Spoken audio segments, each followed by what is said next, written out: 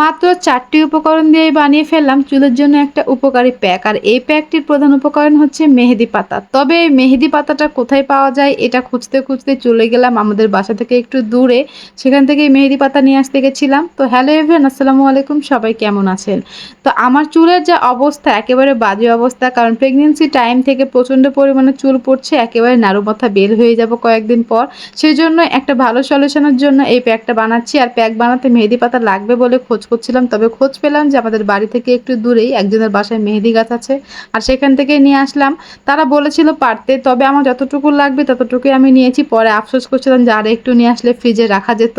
তো যাই হোক, এতটুকুই নিয়ে আসছি। আর আমার বাড়ির ছাদ থেকে নিলাম অ্যালোভেরা গাছ। আর এই অ্যালোভেরাগুলো হচ্ছে আমার বেড়ে উঠছে না। আমি বেছে, বেছে যেটা মোটা ছিল সেটাই ভাঙছিলাম আরকি।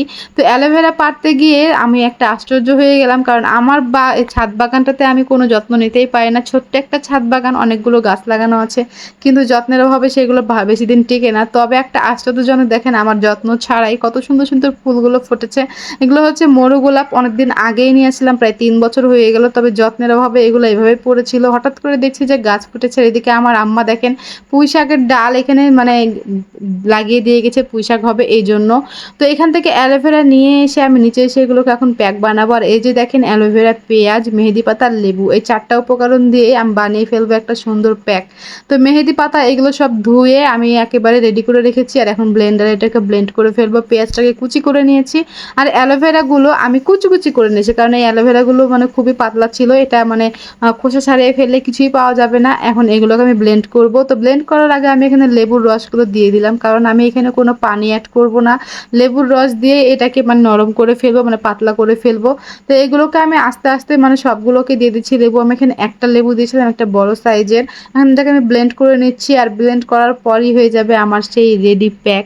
তো অনেকেই অনেক রকম প্যাক লাগিয়ে থাকেন। অবশ্যই আমাকে কমেন্টে বলে যাবেন যে কোন প্যাকটা বেশি উপকারী। যদিও আমি জানি না, এটা আমার নিজে থেকে তৈরি করা প্যাক। ভাবছি যে হয়তো উপকারে আসবে, কারণ যত্ন নিলে সব কিছুই মানে ঠিক থাকে। যত্ন ছাড়া কোনো কিছুই ঠিক থাকে না। ইদানিং তো সময়ই পাই না নিজের একটু যত্ন নেওয়ার, কারণ বাচ্চা, চাকরি, সংসার নিয়ে খুবই ব্যস্ত। আর এইদিকে দেখেন আমার প্যাকটা একেবারে রেডি।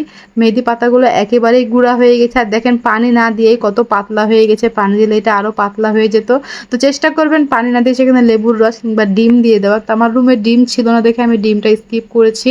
এখন এই প্যাকটা আমি প্রথমে আমার মেয়ের মাথায় লাগিয়ে দেবো, কারণ তার চুলগুলো অনেকটাই রুক্ষ হয়ে গেছে। তারও ইদানিং যত্ন নিতে পারছি না। তেল দেওয়া, শ্যাম্পু দেওয়া কোনো কিছুই করতে পারছি না। কি আর করার বলেন, ব্যস্ততা জীবন কাটছে।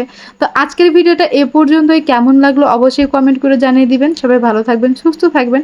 যদি আমার ভিডিওটা ভালো লাগে অবশ্যই লাইক, কমেন্ট, শেয়ার করে পাশে থাকবেন। আর হ্যাঁ, এরকম আরো ভিডিও দেখতে আমার পেজটিকে ফলো দিতে ভুলবেন না। আল্লাহ হাফেজ।